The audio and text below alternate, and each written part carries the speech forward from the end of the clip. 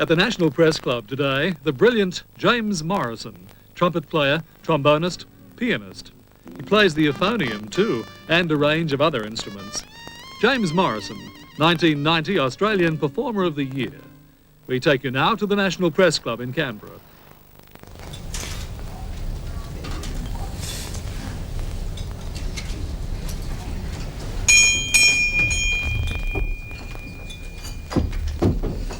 Good afternoon, ladies and gentlemen. Thank you for being here today. It's a great pleasure for us. It's all too rare that we have the opportunity to bring outstanding figures from the performing arts to this forum, despite the diversity of the other subjects we cover from it. And as that introduction pointed out, James Morrison is one of the most outstanding performers in the new generation jazz field in Australia. We have had one other jazz performer on this platform, and that was Don Burrows. Some of you will obviously remember that, but Don is of a different style, different generation, and at a very young age, James Morrison has hit heights nationally and internationally, which are really quite extraordinary. Next week, as he'll probably mention at some stage during today's proceedings, he's off to Berlin to do a big recording. I won't go into the details of it if he's likely to mention it, but it's a great triumph, I think, for the Australian music industry that the final product will be finished off here. Much closer to home, of course, he'll be performing in this very club tonight, and we're very grateful to him for that. He's written a tune called Press Club Blues, which are not much in evidence here at the moment. Please join me in welcoming James Morrison. Thank you. Thanks. So it's a great pleasure to be here at the Press Club today, especially because I've often felt that musicians and journalists had a lot in common. We both have a lot of late nights, either doing a gig or chasing a story, and we both have to eat takeout food a lot and spend a lot of time on the road and hang out in sleazy joints, and, jazz clubs, Parliament House. But it's something that's always come home to me because I spend a lot of time with journalists. Being a performer, you get interviewed often. You get asked a number of questions, but after a while they fall into categories, and there's the usual questions, where were you born, what age did you start playing the trumpet, and so on. Sometimes they ask me what age I was when I was born. It's happened. But I thought what I'd do today, seeing I'm here at the Press Club, is perhaps answer the questions to the interview in a different way than I ever have before, and ask a couple of my own questions along the way of myself. I was born in Burrawa in Western New South Wales in 1962, and we moved to Sydney via a few other places along the way when I was 7 years old. Now, I was born on a Sunday night at 7:30, and my father was a Methodist minister, and he was preaching at the time from the pulpit, and someone came up to him, a steward, and said, "You'll have to stop, your son's about to be born." And he did say that when I arrived, I interrupted him. I've been doing it ever since. But we moved to the city, and that's when I first really came into contact with these brass instruments.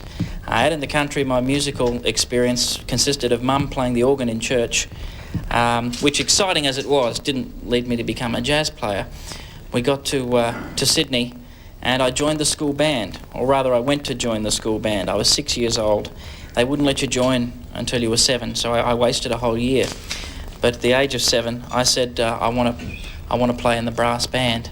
And the man who ran the brass band, I remember him well, Jack Ackhurst, and a very gruff, very tall man, although when you're 7, I guess everyone's tall, but I do remember he was a very big man.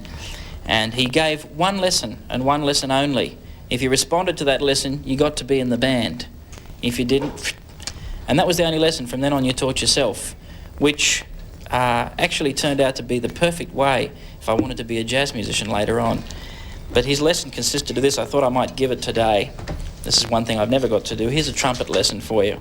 And it wasn't very long. He'd take the mouthpiece out of the instrument, and he'd say, "Now poke your tongue out." And he'd say, which of course was great fun. And he said, "Pretend you've got a tea leaf on the end of it and spit it off." Which was a pretty silly thing to say to a 7-year-old because I'd never drunk tea. But he said, "Spit it off and keep blowing." And believe it or not, that is how you play a brass instrument, without the tea leaf, but just you make the note with your lips. And the horn itself makes no noise, it's just a hollow pipe. The mouthpiece is just a hollow pipe. And if you blow air, this is what you get. Just air. But by making this sound, you get... And the sound in between is the mouthpiece. So it's kind of like this.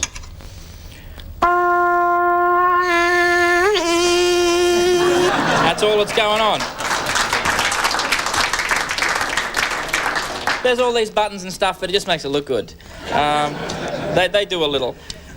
But basically, you make all the sounds with your mouth. Can you believe I'm actually making a living going around the world blowing raspberries at people down a pipe? But that was the lesson. If you buzzed, then you got in the band. And so I'd been cheating. My brother joined the band before I did, being older than I, and he had a cornet at home under the bed. When he was out, I used to get under the bed and get it out and practice it. And I taught myself to play. I had one scale ready. So this gentleman, he was giving me a lesson thinking he's never held an instrument before in his life. And he handed me the trumpet. And I sort of held it all wrong as though I'd never held it. And he said, put your fingers here, do the tea leaf routine. He said, now try it in the instrument, just see if you can make a sound. And I went...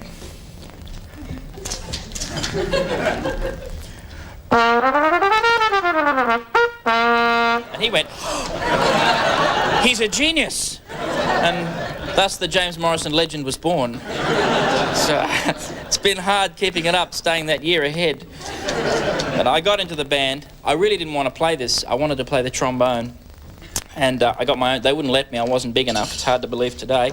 But I got my own trombone a few months later. And the reason I wanted to play the trombone, I don't have the trombone here with me right now, but if you see the trombone, I didn't even know what it was called. I just knew it went like this. The slide goes like that. And I said, I want this one.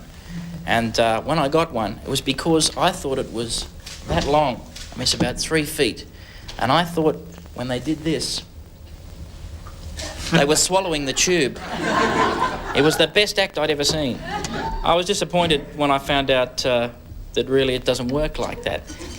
But anyway, I wanted to play it anyway. It made great sounds. You could do car noises, aeroplanes, the lot, and even play music. And I wanted to wait till I was ready for my first solo performance. So I waited, got ready. At the age of 8, there I was in the local hall, solo trombone. And the audience was seated in rows very close to the front. It was quite a high stage. Now, there are those skeptics that say I was nervous and had sweaty hands. Not true. I'd been oiling the trombone. And I went for a big one, and I slipped. And one thing about the trombone is it doesn't stop. That bit just comes right off and keeps going. And hit a lady in the 3rd row. And I didn't know what to do. I mean, I'm 8 years old. What do you do when something goes wrong in the middle of a performance? Do you just stop? Say, excuse me, ma'am, can I have that piece of my trombone back that's stuck in your leg? Or do you just keep going and hope nobody notices? I kept going. Nobody noticed. I must have been good. Anyway, one thing led to another, and I did make it to high school briefly. And see, I wanted to run a big band. I'd heard Harry James's big band, and I said, that's for me. And meanwhile, along the way through primary school, I'd taken up the saxophone and the piano, and it was the sort of thing you did in our household. You either had to fly a plane or play an instrument. Everyone in the family flies except my mother. Everyone in the family plays except my father. We figured one day if you really wanted to see a disaster, you'd get Mum to fly the plane and Dad to play the music as they went down. But you had to do one thing or other. I was too young to fly, so I just took up the saxophone, the piano. Mum played the saxophone. And reaching high school, I said, I want a big band. And they didn't have one, so I started one. And I learned how to write arrangements for big band purely by trial and error. I had the perfect guinea pig, 20 teenagers who all wanted to be in a big band, mainly because it got them out of certain classes, but I believed it was because we wanted to sound like Harry James. And that led me to going to the Conservatorium of Music, because I wanted to be in a real big band after a while, and they had one. So I used to get on my push bike and ride into the Conservatorium in Sydney from Pittwater, where I went to high school, which was about an hour and a half after school, with the bass trombone strapped to my back, play in the band and then ride home. Now, the reason I tell you that is, for me, this was living the jazz life. I didn't get home till way after dark. And I've been out playing, you know. People would say, wow, what time did you get home last night? And I'd say, well, 8:30. They'd say, where were you? I said, on a gig. Okay, it was a rehearsal at the Conservatorium. But it's a funny thing about jazz musicians. I don't know if it's the same for journalists, maybe it is, but we all want to live the jazz life at some stage, not just play the music. That means staying out late, that means looking a little rumpled, how am I doing? It means hanging out in the right sort of places and listening to music long after you'd really like to go to bed. And it means getting up late, that's the bit I like, and eating takeout food. And most of all, and this is the funny thing, for a long time it's meant having a sort of a sombre expression, a little bit cool, not getting too excited about anything. Someone comes up and says, you know, the end of the world's about to happen. You go, yeah, I know. You've got to be cool about it all because jazz is cool. And the funny thing is, it took me a while to realise that that wasn't my personality at all. And that the real thing about jazz is not to have this personality or that personality. Of course, that carries into the music too, and not to play that way. Because, of course, at the time, the jazz that was in was cool. And but to play like you, to be like you. And in fact, and here I'm going to steal a line from my good friend and mentor, Don Burrows. There's as many different ways of playing jazz as there are people playing it, which is the wonderful thing about it. And to be a real jazz musician, you have to, I believe, play like you are. And that means at any given time, regardless of what the trend might be, you're going to have hot musicians, guys that are over the top, guys like me that want to say, what can this thing actually do? And people that are very cool and say, how little can I do, and still say a lot, and everything in between.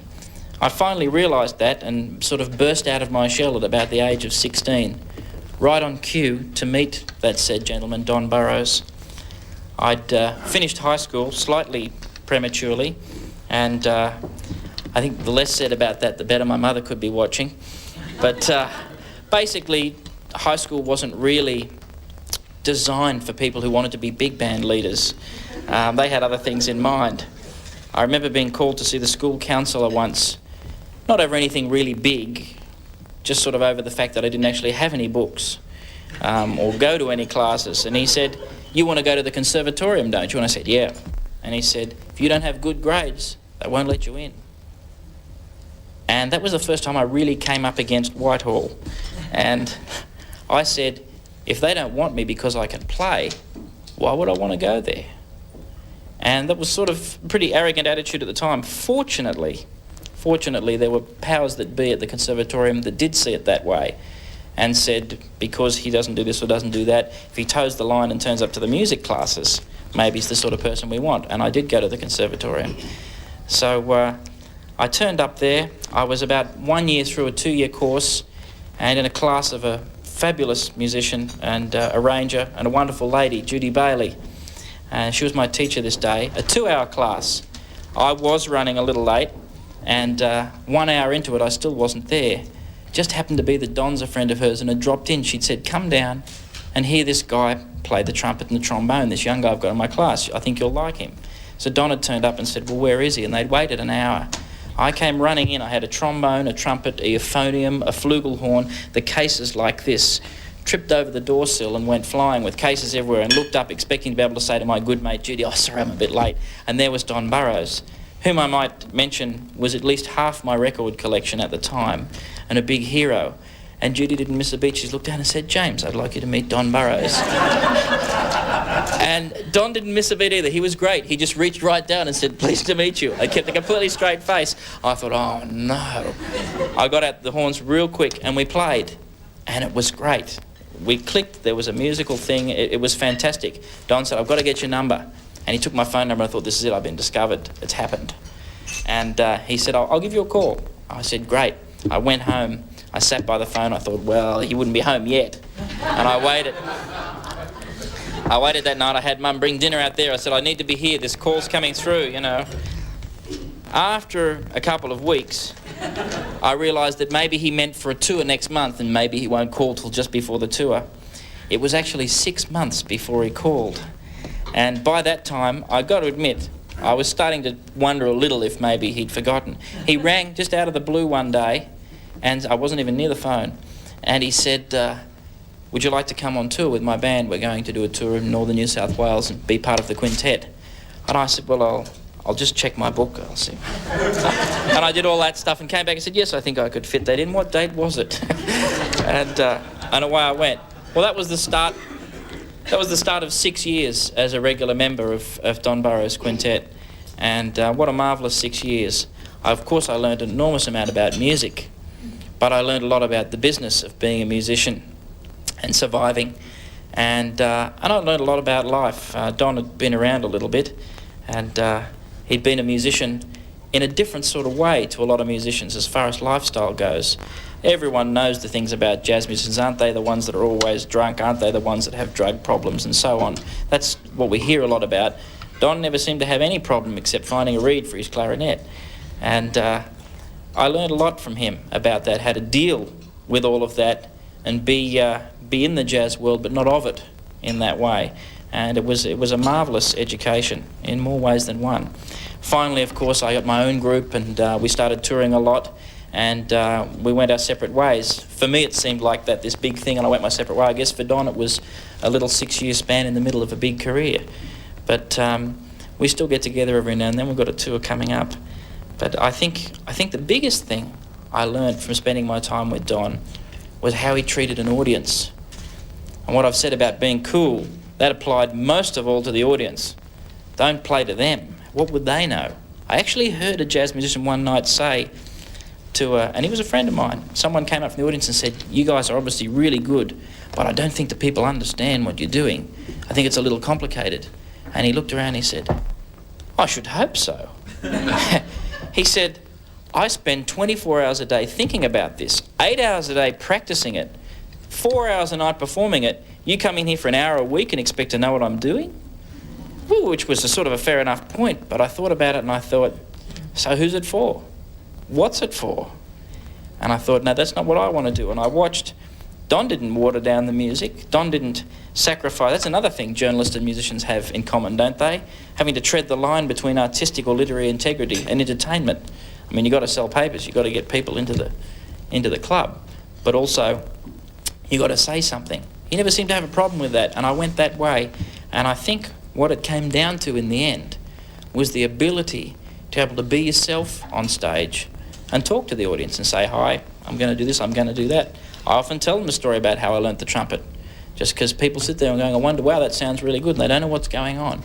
I think it's actually having an attitude of, I want you to know what I'm doing and enjoy it and be part of this. Because a way you can sort of, if you like, elevate your own self-esteem as a musician is make sure the audience never catches on. It can make you feel like you're very clever. But I never really wanted to be clever. I guess if I fell into any trap, I wanted to be loved.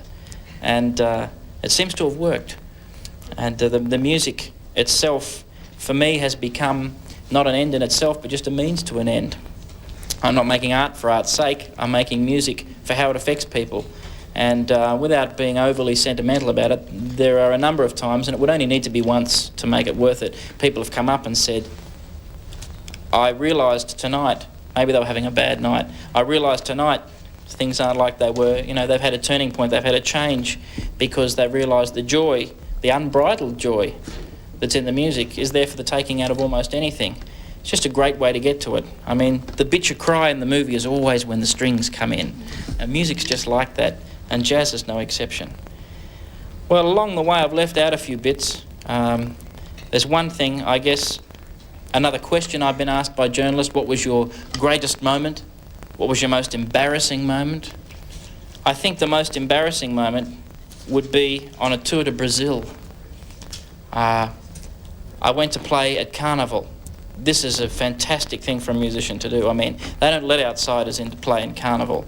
I had friends over there and they went and saw someone. They said, "You know James Morrison?" They said, "Yeah, the jazz guy, we know him." They said, "He should play with your band for the Red and Black Ball in Rio," which is the ball during Carnival time. "He should play with you." And they said, "Well, yeah, he's good and all that, but this is Carnival time. I mean, you know, he's a gringo. I mean, you know, can he really samba?" And they said, "Tell you what, he'll fly over early, he'll rehearse with the band. If he can't samba, that's okay. He'll watch. If he can, he does the gig." And they said, "Okay, sure. If he wants to come all the way from Australia and the chance that he might not play." And I went over and we rehearsed and it was fine. I'd done a little bit of research and they said, "Well, we'll see you Saturday night." This was Wednesday. "Saturday night, right here." And they said, "Remember, dinner suit, no problem." So I turned up Saturday night back to this joint and there were I don't know, maybe 20,000 people outside trying to get in. And it's a huge complex. They have about 4 concert halls in the one place. And I got dropped off as close as they could get me in a car. It was still half a kilometre to the front doors with my trombone. I was just playing trombone this night. So I thought, what'll I do? How am I going to find my way in? I held my trombone up above my head and in fluent Portuguese, I said, musico. And they pointed and they directed me in a back door, and I went through the kitchen and up the fire stairs and all that sort of routine and came out backstage. I knew I was there because there were guys with instruments warming up. I thought, I'm here. I got my trombone out and I'm warming up. And I noticed that they were handing out uniforms and they were all putting them on. I thought, that's funny, they told me dinner suit. Oh, well, then maybe they've changed it. So I put this uniform on. Now, this outfit was too much. I mean, everyone's seen a bit of Carnival on TV. Some people have seen it live, but the outfit for this band was like, it was sort of had a lot of feathers on it.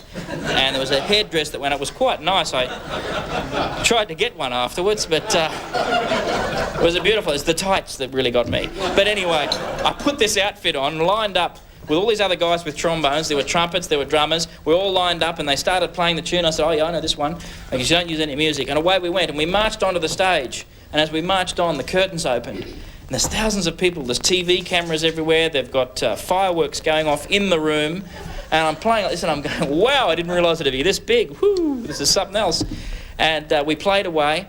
Now, it starts at 9 p.m. and the band plays a medley until 7 a.m. Non-stop. I don't mean they don't take a break. I mean they don't even stop for a second between songs. The rhythm never stops. So what happens is, of course, you can't play that long.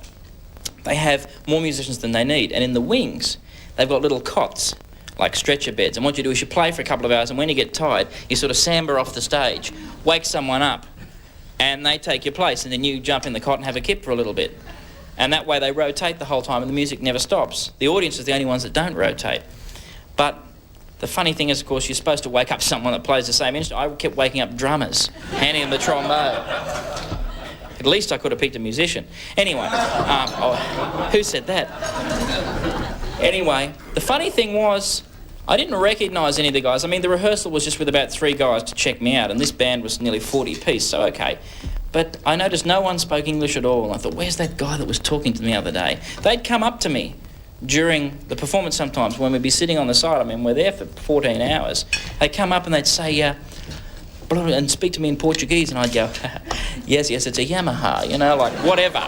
I mean, that seemed to satisfy them.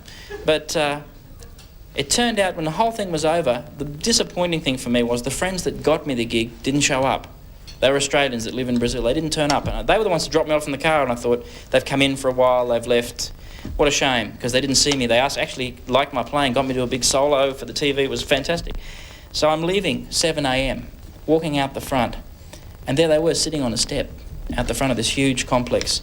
I said, where have you been? And they said, where have you been? I said, I've been in there, I've been Sam. Oh, cool, it was great. So you must have been up the back. They said, no, we were right up the front in front of the stage. We watched the whole band. We didn't see you all night. I said, I was on TV, I did solos. Hey, I can dance. I said, what? They said, no, don't watch anything. I said, where were you? You weren't there. And we looked at each other, and they said, you weren't TV, did you say? I said, yes. They said, you weren't upstairs with the large samba band doing the TV show? I said, yep. And they said, your band was downstairs. I'd played the whole night with the wrong band. And you know what the 2 funniest things were? The guys downstairs were saying, how do you like that? The guy flies all the way from Australia, rehearses with us, everything, he's okay, he's in the band, he doesn't even turn up. And the guys upstairs were saying, who was that guy? Of course, the band they wanted to get me in was that one, so I know how to get in next time. You've got to wear the tights. That was probably the most embarrassing moment. I think one of my most exciting moments is always when something unexpected happens. I picked 2. Both of them happened at the Montreux Jazz Festival in Switzerland, of course, which is the jazz festival. This is the mecca of jazz festivals. And Dizzy Gillespie had been an idol of mine since I was about 8 years old when I first heard him on record. And I knew from how he played he was going to be a wonderful man. And I got to meet him. And it was fantastic. But more than that, we got to play together at the Montreux Jazz Festival and record. And there we were on stage, playing away, we're doing standards. You know, anything that's part of the normal jazz repertoire that you would expect anyone to know, we just refer to as a standard. So we're playing standards, and I realised, of course, it might be standards to me. They were originals to him. He'd written most of them. And it was just marvellous. A sense of history playing with a guy like that, and a sense of where the music that I loved so much had come from. Well, on the same stage, in the same place, one night I'd played with a quartet, made an album. I'd gone upstairs to a restaurant, was having dinner, and a note came to the table. The waiter brought me a note and it said, "George Benson is on stage downstairs." And it had a few little things there. International television, there's 3,000 people, it's going live right across Europe. He'd like you to join him. He has a few guests up. They are, and it had a list of the players. It was basically my record collection. Would you like to come down and join them? And I went, I'm having dinner. No, I said, I'll be right down. And I went down, and it was amazing, of course, to wander onto a jam session like that and be welcomed by those people. And I guess that's answering another question. I get asked, how do you get received overseas? I mean, you're Australian, and without putting too fine a point on it, I am white. And generally speaking, you know, people tend to think at those sort of levels, well, jazz, isn't that, you know, music that black people play? Dizzy Gillespie, all the greats, aren't they like that? What are they going to think of a guy who's not even from America? And I wondered that myself. And I was really thrilled to find out that, like I said about the Conservatorium in the first place, they weren't so interested about where I was from, although one guy did tell me my English was very good, but it's true. But they weren't so interested about where I was from. It was, can you play, and can you become part of this jam session in the right sort of way? And I guess that's the thing that really mattered in the end. And I think all the other things that can creep into jazz, whether they be being a bit cool to the audience, whether they be discrimination of different types for people, they don't seem to exist too much at that level of the music, which is really wonderful for someone like me. I spend about half the year overseas now, half the year in Australia, about 11 and a half months of the year on the road. And the last house we lived in, we counted, I spent 3 nights there. It was great, it was a lovely house. But I got sick of it. But it's that sort of life, on the road all the time. Now, 5.5 months ago, my first child's born, a son, Sam. And people give you all sorts of advice, don't they? I mean, they come up and they say, OK, right, you might be able to play the trumpet, but listen, when the kid comes and all the advice comes out. And I got all sorts of advice. We were trying to think of a name. And the guitarist in my band, who already had 2 kids, being quite a bit older than me, as most guys in my band are, he had advice for me. I was labouring over this name, and he said, don't worry about the name now. He said, it's still 2 months before it's born. What are you worried about the name? He said, listen, for the first 6 months, you'll call it Shut Up. You know, which is not true at all. But we found a name. So Sam was born, and now, of course, what's the most asked question of all? No one wants to know when I was born or when I started playing the trumpet or anything like that anymore. I want to know, how's Sam doing? Does he play yet? I mean, they come and they've been asking this since he was about 2 months. Does he play yet? So I've taken to saying, yes, he's playing great. Unfortunately, he can't be here tonight because he can't stand up. But G can play. But I don't think you should push your kids into things. They all assume he's going to play. I mean, apart from the age thing, they assume he's going to be a musician. Of course, he's James Morrison's son. He might not want to be. I mean, and I think it's important, speaking as a parent, that you don't push your kids into things or expect certain things of them. And I think I'll wait and see. He might want to be something else altogether. But I want to show you what I got him for Christmas.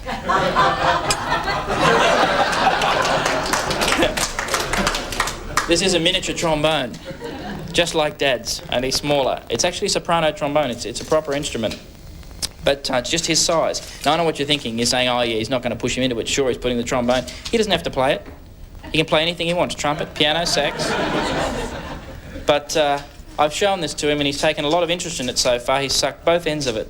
So that seems to be what they do at this stage. But I don't know if he'll become a musician or not. He sings a lot. And I can't sing at all. So my only fear is that he'll become a drummer. That leads us to another thing, the family. Of course, Mum plays the saxophone and the piano. My grandmother, we all lived in the one house. My grandmother plays the piano. And My brother plays the drums. He played the trumpet first, of course, as I told you. Well, he played trombone after that, tuba, piano, before he finally gave up music to be a drummer. And I've been making jokes about it ever since. But we've worked together since, I guess, I was... we started our first band when I was 9. 9 years old. We had a band, we had a professional gig, and I call it that because we were paid. We used to work down in the local shopping centre for $1 on Saturday mornings for the whole band. But we've worked together most every night of our lives since. And I've been making jokes about him being a drummer, and he makes jokes about me being a plumber. He reckons the trombone looks like a yabby pump, which you can use it as one, by the way. If you take the slide off and turn it upside down, it's quite a good, you only get the musical ones, but still, it's a good yabby pump. Anyway, we've worked together all that time, and we'll be working together here tonight. And we've developed a sort of a rapport whereby we just insult each other, and it really is quite enjoyable. But and we get along like a house on fire. And I think, in the end, what it all means to me is it's a chance to spend your time travelling around the world, whether it be in Canberra or whether it be in Berlin. As been mentioned, I'm going to Berlin next week. Spend your time going around the world, getting up in front of people and basically making them feel good. I mean, how could you think of, who'd want a job? You know, that's the other most asked question. Do you have a real job? No. I don't know, do journalists get asked that? Do you have a real job? Musicians get asked, do you have a real job? At first I used to say, well, actually, this is my... and try and explain. Now we just say, no. You kidding? Who'd have a job when you can do this? But really that's what it's all about for me, just spending my life going around and making people feel good, maybe lifting them a little. And by the time they walk out the door, they just feel a little bit better than when they came in, and maybe look at everything through, you know, jazz-coloured glasses, which looks pretty good. Well, I guess we're up to question time. So.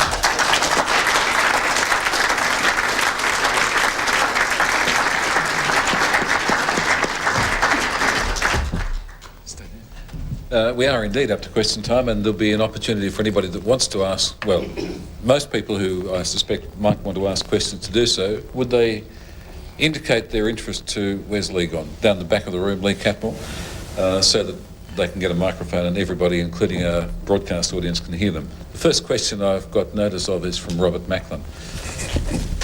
James, Robert Macklin, Canberra Times. In recent years, you've become something of a cultural icon in Australia, and therefore I think you probably turned to service in the for Australia in taking your music to a range of areas, and this includes Asia. And I wonder whether, given the background that jazz has in Europe and America and Africa, whether you've been able to discover in Asia the same kind of interest or developing interest for that kind of work that you do. Very much so. I was actually a little surprised myself to find that particularly two places in Asia absolutely love jazz. The first time I played in Indonesia, admittedly I was with some well-known Indonesian musicians, but 5,000 people were there. I went into the opening bars of the Basin Street Blues, and the people rose to their feet, applauding. And I thought, this is great. This is better than Wollongong Rent-A-Crowd. I mean, but really, just absolutely fanatics and love the music. And I think what they loved about it, from what I could glean with talking about it with them, was the freedom of it, the improvisation, the spontaneity of the music is what grabbed them most of all. It's an interesting thing. I don't know what grabs Americans or Europeans most of all about jazz. Maybe we've been with it so long we don't know anymore, but for them they said how immediate it is. The other place is Japan. Again, unbelievable response there. I toured Japan only late last year, and sold out concerts all the way up and down the country. And again, the response is the thing. It's this unbelievable enthusiasm and sort of bubbling over with, disbelief almost about the music and how it makes them feel, which is great. And I think perhaps it's because it is a fairly recent discovery, although in Japan I think not as recent as Indonesia. Robin McConkie. Robin McConkie from the ABC. Country Hour. I thought there was only two sorts of music, country and western. Is there any difference between Australian jazz and American jazz? And if so, could you demonstrate? Because all I want to do is hear you play. Maybe you could do it by playing the Press Club Blues. Well, I hate to do this to our broadcast audience, but the Press Club Blues I have to save for tonight. I need my band for that. But it's funny to say American jazz and Australian jazz. It's almost, is there any such thing? Because I'm an Australian musician playing jazz. Paul Grabowski is an Australian musician playing jazz. We don't sound anything like each other. So to put us in a category and say that's Australian jazz, there would be many people in America whom I sound much more like than he. And there'd be many people there or in Europe that he sounds much more like than I do. And I think you fall into groups more defined by the style within jazz rather than the country you come from. And more than that, in the end, you fall into individuals. Nobody sounds exactly like I do. This is sort of James Morrison jazz, and I think in the end, if anything, you can fall into swing and bebop and so on, and the cool school and all that sort of thing, more than international categories. The only thing I might say that typifies Australian jazz a little is we do tend to have a more informal approach overall to the performance itself, not so much the notes that are within the music. A recording of it wouldn't bear this out nearly as much, but going to an Australian jazz performance is a little different than going to a European jazz performance. I think a lot of Australian jazz lovers who've never been there, if they went to a European jazz festival, would feel a bit more like they're at a chamber music concert. But apart from that overall feel, the music itself, I really don't think there is one. An Australian jazz or an American jazz. It's sort of got a little more global than that now. Can you play us a tune? I will. It's coming. Yep. I don't talk much after I've played, so. Gay Davidson. Gay Davidson, Associated Press. I'll advert to the start of Robin's question about country and western. About 1974, I spent 3 weekends in Queensland during Joe's Get Re-elected state campaign, and it occurred to me after a short time that the only music I heard there in bars, in clubs, on radio, everywhere was country and western. And it also occurred to me that the solid beat and the very conservative lyrics just might have had a bit to do with the way in which the man kept on being re-elected. So with that preamble, I'd just like to ask you, what do you think, would you speculate on the political influence of your jazz, and are your jazz-coloured glasses blue or pink? Well, I don't know what the political influences of my jazz are. Perhaps that's one of the things that for me is frustrating about politics. I don't see a particular hero that, suits my sort of music.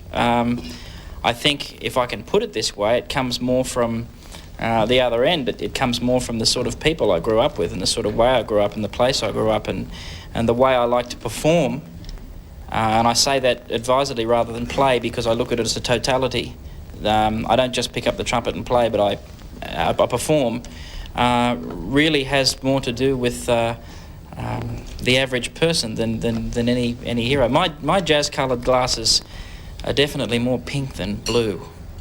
Yeah, for sure. I take it to mean by that blue ones are sad and pink ones are sort of rosy. Yeah, optimistic. I'm the eternal optimist. I mean, I've had 2 flat tyres and said, well, it could be worse. It was only the last week. Russell Barton, ABC Television, James. As you just experienced, most of the questions asked in this club are political ones, and I'm going to also ask you about music politics. You were talking about your old friend Don Burrows, and for many years there he was teaching jazz, and in fact headed the department at the Sydney Conservatorium, as I recall. Mm-hmm. And then some time ago he was removed from that department, and so were the people who worked with him. I was wondering if you could tell us what you know about that, and is the result of that better teaching of jazz in this country, and particularly at the Conservatorium? Is that the way to teach jazz? How do you teach it? Do you teach it? And I just wanted to learn a bit about the education of jazz. Is there such a thing? Yes, I'd like to thank you very much for that question. I think, firstly, the first part of your question, the events you refer to, I think that there's a bottom line there. I think the bottom line is that Don is very much a jazz musician. He's a wonderful educator, but I definitely think that comes a second to being a jazz musician. And he took on that job in the first place. He was instrumental in the course coming into existence many years ago, then sort of left it, if you like, to look after itself, and then came back and didn't feel it was really being looked after properly or in the best way possible, and came back to sort it out, so to speak, and spent a number of years there again. They were the years amongst which I was there. And but he was never really, I mean, it requires an administrator to run a department in a tertiary institution. It would have been great to have a head of administration for jazz, and then right next to that, head of musical direction, and he should have been that. But it's one job, and he was trying to do both. He always had paperwork all over the place, snowed under on his desk, forms to fill out and things. And I remember going to his office. I taught there for 4 years under him in that department, and he'd say, I've just got this other 260 forms to fill out. He said, then I'm going to play a chorus of the blues. You know, he really wanted to teach music. That's why he wanted to be there. But I understood, as he did, it was necessary. All that other stuff takes place. The bottom line of all the events that took place were he felt he'd done his bit as far as getting it back on track, as far as giving what he could. And he felt he's at a stage now, I don't think he'd mind me saying this, we've talked about it, I think he felt he was at a stage now where he really couldn't give his best to it anymore, and he really needed to get back out on the road and do what it is that led him there in the first place, which is playing jazz and touring, which is what he and I will be doing next month. And so he really, you know, felt that it was time, I think, to move on. It has been put that he was removed and all sorts of things. I don't know the actual machinations of how it went on. I just know that's how he felt about it. Can you teach jazz, and is it now being taught better than it was? I don't imagine it's being taught better than it was. I imagine there might be less paperwork on the desk. If that counts for anything, I don't know. But the gentleman who's running the course now is an excellent administrator and also a wonderful musician. He's not a touring jazz musician like Don is, but he may well be better suited to the job that is required in that institution. And I put it that way because I'm not sure the job that's required in that institution is the best job, if you know what I mean, for someone to teach jazz. You can teach jazz. I learned a lot from Don, but you can't teach someone to play jazz who doesn't have a bent for it, doesn't have it within them in the first place. Someone said to me, and I gave Don's answer, why do we have these jazz courses? Don plays jazz fine. He never went to a jazz course. Dizzy Gillespie never saw the inside of an institution except when he came back with an honorary doctorate. You know, Duke Ellington never saw the inside of an institution, again, except as a guest. Why do we have to have them anyway? And I think the answer to that is that back in the days when those people were growing up, and I do have to say, in case he says that Don's not as old as Duke Ellington, but back in those days, you turned the radio on, you heard jazz. You put the telly on when telly came in, and there was still jazz. Jazz was popular music, and so it was all around you. And the way you learn jazz is by having it all around you, basically, by picking it up. That's no longer the case. In fact, you can listen to a number of radio stations for the rest of your life and you won't hear any jazz.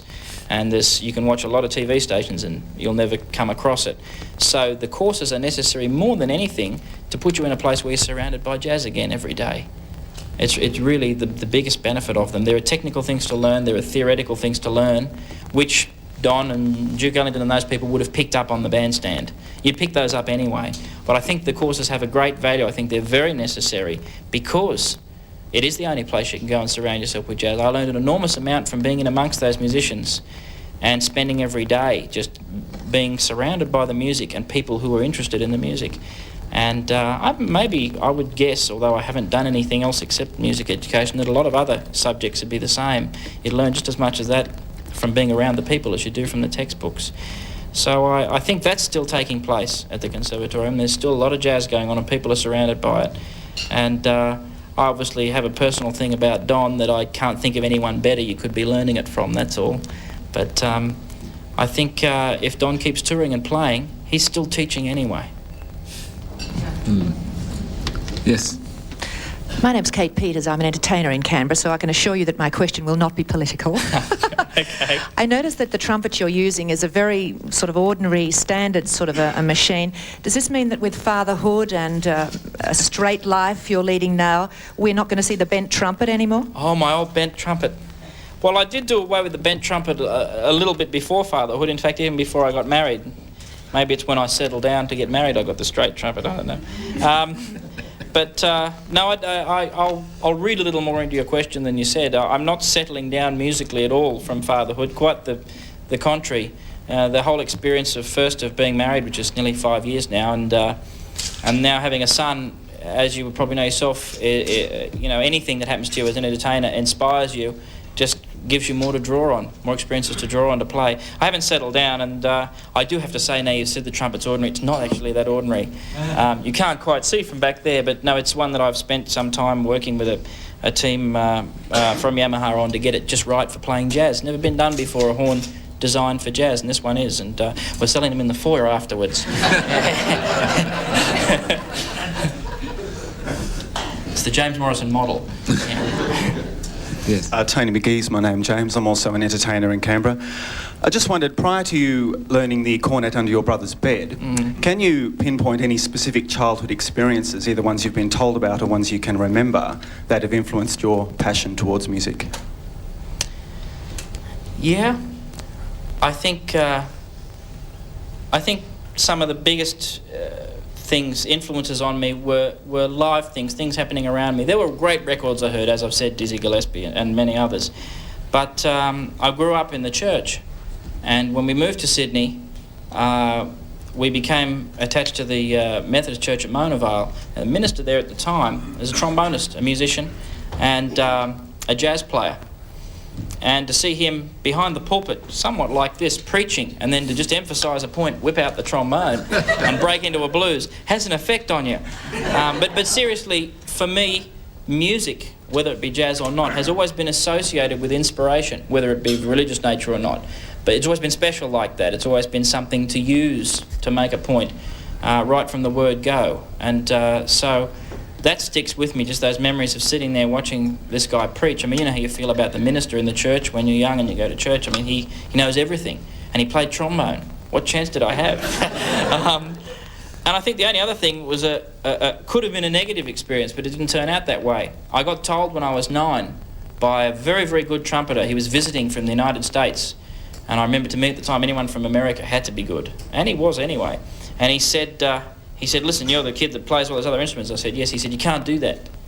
He said, your embouchure, your muscles won't work. You can't play trumpet, trombone and saxophone. Well, sure, for a little bit till you're 10 years old, but you'll never go on with it. If you do that, it won't work. And all I can remember thinking was, well, it is. And it will. And how would he know? Because he doesn't play trombone and saxophone. And a whole lot of stuff like that. And I think that was just an object lesson for me. Right away I decided, even though I'm only, 8 years old, or 9 years old, I know already the music's here, not there. And if the music's here, who cares what the pipe is or what the lips are, all that stuff. The reason I play all the different pipes is because I love all the sounds they make. And from that point on, I don't think I ever thought about a technical thing about music again. It's been good. Lee. Lee Catmull from CCH Law Publishers. I'll follow my question with a preamble. Do you practice? Do you have to practice? How much? The preamble is, I heard on ABC radio Marion McPartland, piano player, interviewing U.B. Blake, piano player and composer, and asking him whether he practiced. He practiced at age 90, 6 hours a day. And if he stopped 20 minutes short, a voice would call from downstairs, UB, how much do you practice? It's a little different to Yubi, although I hope I last as long. He lived to over 100, but I don't actually practice. I perform nearly every night.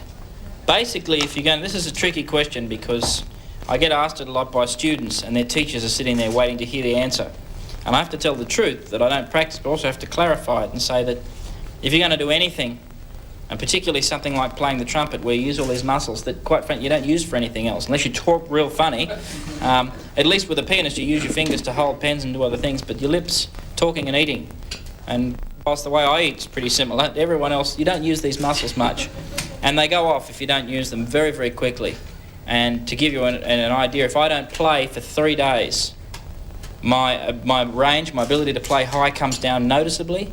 The security of the sound up there and the power of the sound changes noticeably after 3 days.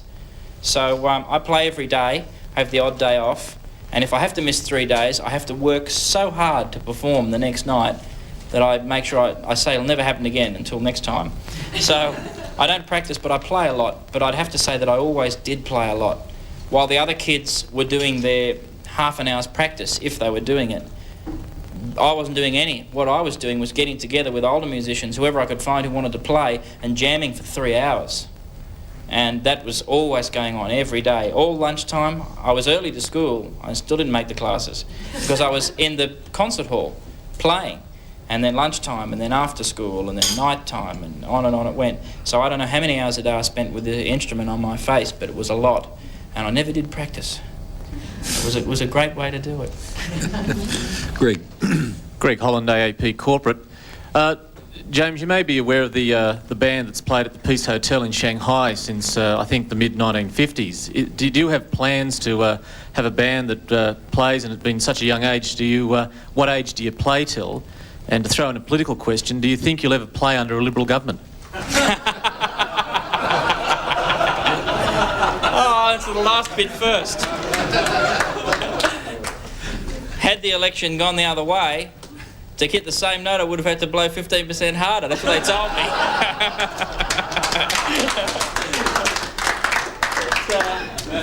What age do you play to? I've toured with Sweets Edison, Harry Sweets Edison, who's now reputedly 78, but I knew him when he was 75, and that was more than 3 years ago. So anybody's guess. He's still touring the world all the time. I think you play till you die. Dizzy Gillespie was playing until a couple of nights before. And Eubie Blake, we just mentioned, was playing. He lived to 100 and he was playing until a couple of nights before. So he shouldn't have taken those nights off. But seriously, I don't think it's something you have to stop. You adjust your style, maybe you mellow a little. I don't know that I want to play as high and as loud as I do now when I'm older. I probably won't want to hear it, let alone do it. But I don't think you ever stop. You know, I think that it just goes on. And do I ever want to have a band that goes like on and on? One band? Yeah, I'm that kind of guy. I love playing with different people, but I really like having a band. The band I'll have with me tonight, well, my brother's been with me since we formed a band when I was 9, so that's nearly 12 years. No, but seriously, no one in my band has been there less than 6 or 7 years, which in the jazz world is a long time for, you know, bands touring around the place. And I'd liked in 20 years' time to say, yeah, they've been with me for 26 years. Yeah. Well, James, thank you very much for that. As you've already said, you've got your own way of finishing off things today, but just before we do that, we'd like to say thank you very much for being here, and in a different sense of timing, more by the hour and the day than by the beat, but the National Press Club watch will help you do that. Thank you very much. Thank you very much for being here at lunch. We look forward to seeing you at dinner. Okay. And I'll leave it to you to wind up the proceedings. Thank you. Thank you.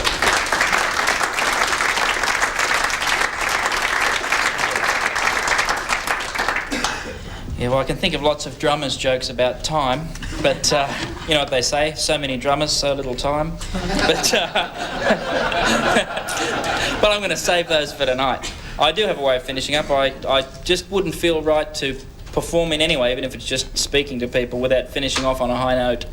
So watch out for your microphones. And I'll just finish off with a little bit of... This isn't the National Press Club Blues, that will be premiered tonight, but this is sort of more the National Press Club Lunch Blues.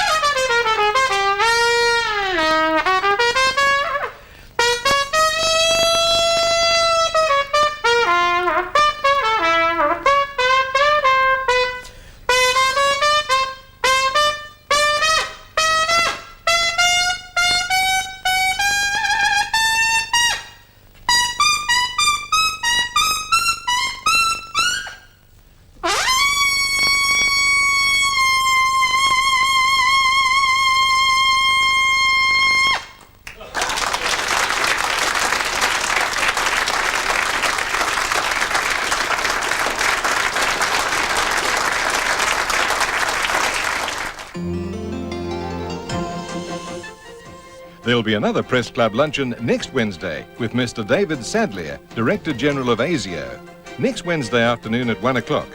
Shortly on ABC, our documentary, Brumby, Horse Run Wild.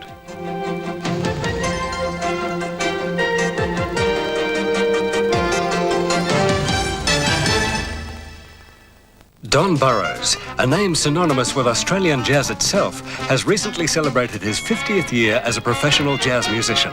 To commemorate this prestigious achievement, ABC Jazz presents Don Burrows' The First 50 Years. This 5-CD set spans a magnificent career from Darlinghurst nightclubs to Carnegie Hall, captured and preserved forever. Purchase all 5 CDs and receive a bonus CD and case for your collection. Don Burrows' The First 50 Years is available at ABC shops, centres and stockists.